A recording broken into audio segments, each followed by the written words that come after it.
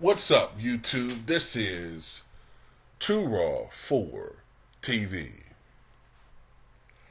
Alright, so before I get into this video, I want to give a big shout out to, this is a new subscriber, I believe. Shout out to Troy Farley for a donation to the channel via the Cash App. Much respect to him for showing love to Too Raw for TV, aka Too Raw for Sports. Alright, so this is a question that I got from a subscriber. And it was, why doesn't Moses Malone get his credit?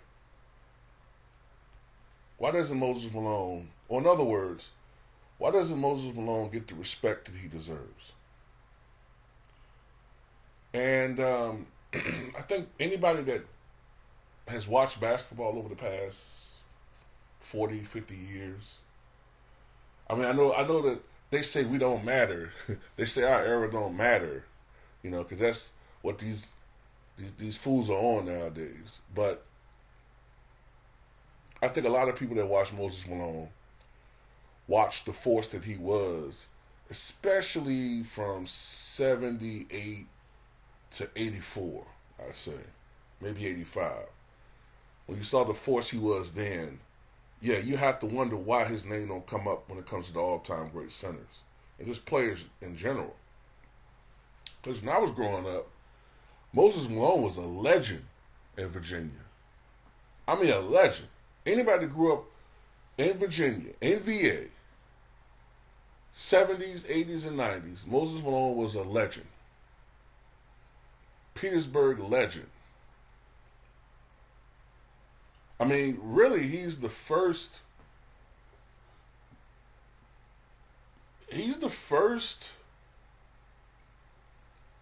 star basketball player to come right out of high school.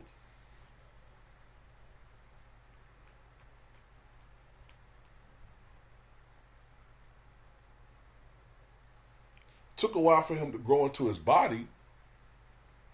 But, when he first got out, I think he was like 6'9" and 215.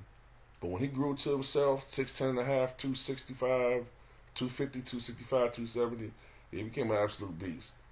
But why is he not respected? Well, a lot of it has to do with recency bias. Players today, fans today are going to gravitate toward what they know and what they see. So the players today are just going to naturally be heralded as better than players of the past. And when I say players of the past, I'm not necessarily even talking about back when Moses played. I'm talking about as recently as 10, 15 years ago. So there's that. There's also the fact that the center position is just not as celebrated as it once was. The center position was the be-all. The center position was, before the rise of the Pistons and the Bulls, the center position was seen as integral in starting a franchise, like starting a championship franchise. Like back in those days, the conventional wisdom was, if you were going to build a championship team, you had to start with a Hall of Fame center. I mean, we look at all of the championship teams before the 80s, or at least before the late 80s, virtually all of them had Hall of Fame big men. I think all of them did. What are you talking about? The Minneapolis Lakers and George Mikan, Bill Russell and his Lakers, Bill Russell and the Celtics. Then later on, Wilt and the Lakers, Kareem and the Bucks, Bill Walton and the Portland Trailblazers, Jack Sikma and the Sonics, Wes Unseld and Elvin Hayes and the Bullets, Kareem and the Lakers. I'm trying to think if I can think of other teams. Dave Cowens and the Celtics.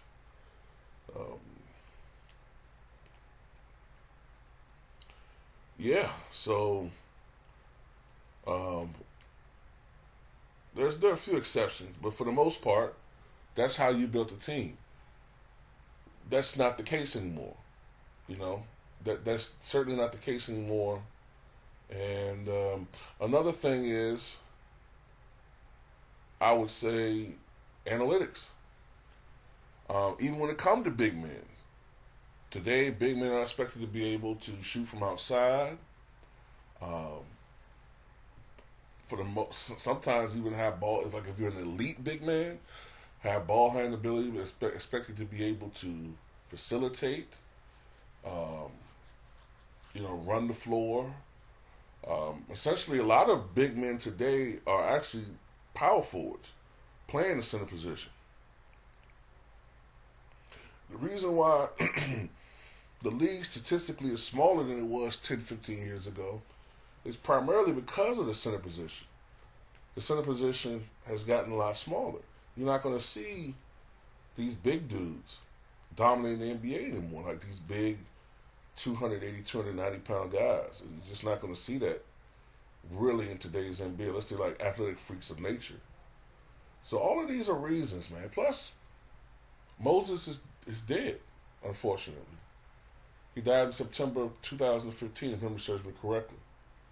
And I noticed for people who are deceased, as we see with Kobe, when you're deceased and you can't fight back, hey, that's what they do. For the most part, you can't get sued crapping on a dead person. Now, a person who's alive, you gotta kind of watch what you say because they'll sue you. But for the most part,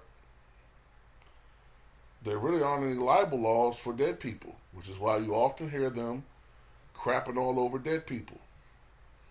Remember when Bill Russell died? You had a whole bunch of content creators shitting on Bill Russell. The most disrespectful shit I've ever seen in my life. These people are scum, bro. A lot of these dudes only, create content solely for money. Sure, us content creators put up content to make money. That's part of it. Obviously, some of us, this is a big part of our income.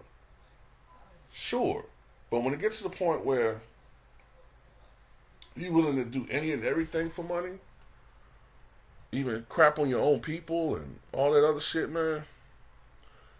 But anyway, yeah, these are all reasons, man. And Moses' game is part of it too. That's part of what I'm talking about with the other players today with the shooting and all that. Moses was more of a physical force. All right, he developed a jump shot. He could hit a jump shot. I think his range was out to, when he would shoot it, it was out to maybe 16 feet, 15 feet, maybe 17 feet, somewhere in that range. But Moses was not what you would call a pure scorer, although he developed into being something of a scorer. You know what I'm saying? Actually, well, it's hard for me to explain. He was a scorer, but he wasn't per se a shooter. But because of his physicality, he could score, obviously.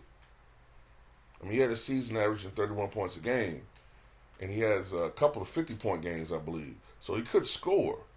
And the man scored, when you can combine the ABA and NBA, well over 29,000 career points. So the man could definitely score. But what Moses was known for was probably the fact that he's the greatest offensive rebounder of all time.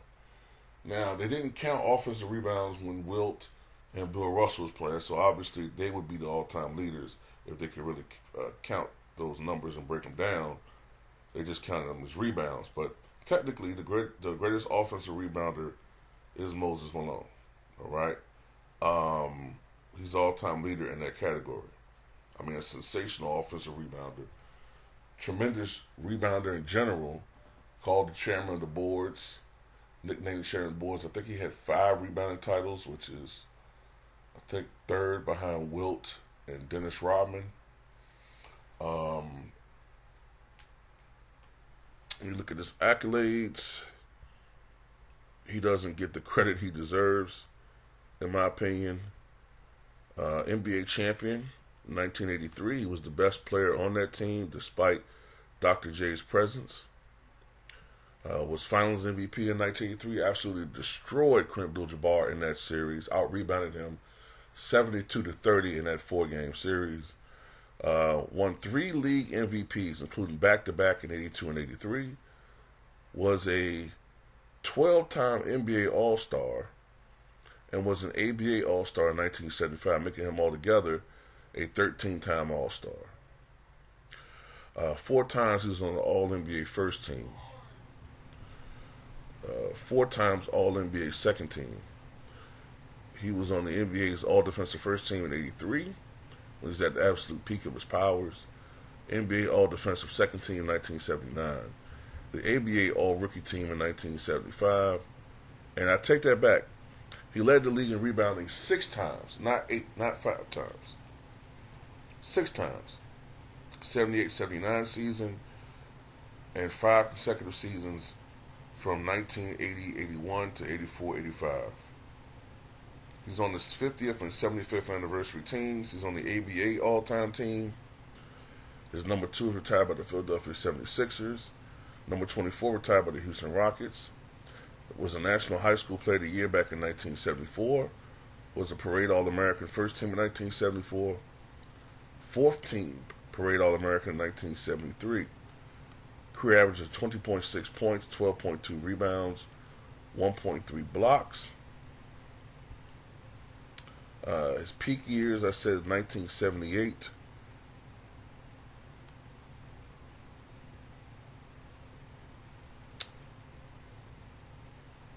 What did I say? 70? No, well, I'd say 1977 to 1984, maybe. Looking at his numbers. I say 77 to 85. 77 to 85 was his peak. During that time period, 25.3 points, 14.8 rebounds, 1 steal, 1.6 blocks, 50.6% shooting from the floor, 75.6% from the charity stripe. Actually, consider the fact that he wasn't a skilled guy like today's players. He was an exceptionally good free throw shooter for a big man, and he got to the line during that time period just about 10 times a game. So he had to navigate to the foul line, and he was a good free throw shooter.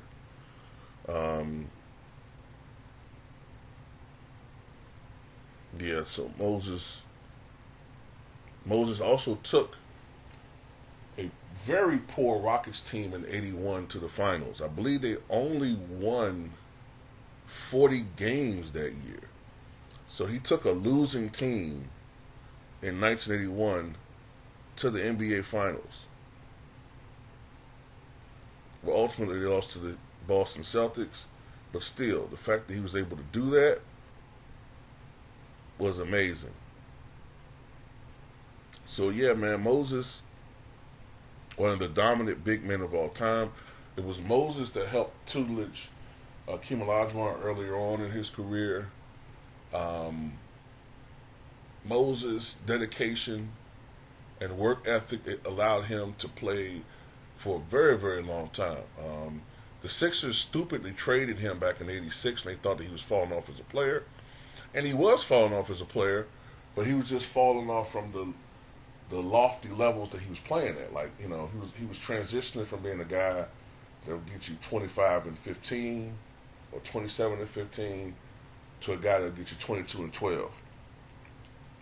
You know what I'm saying? And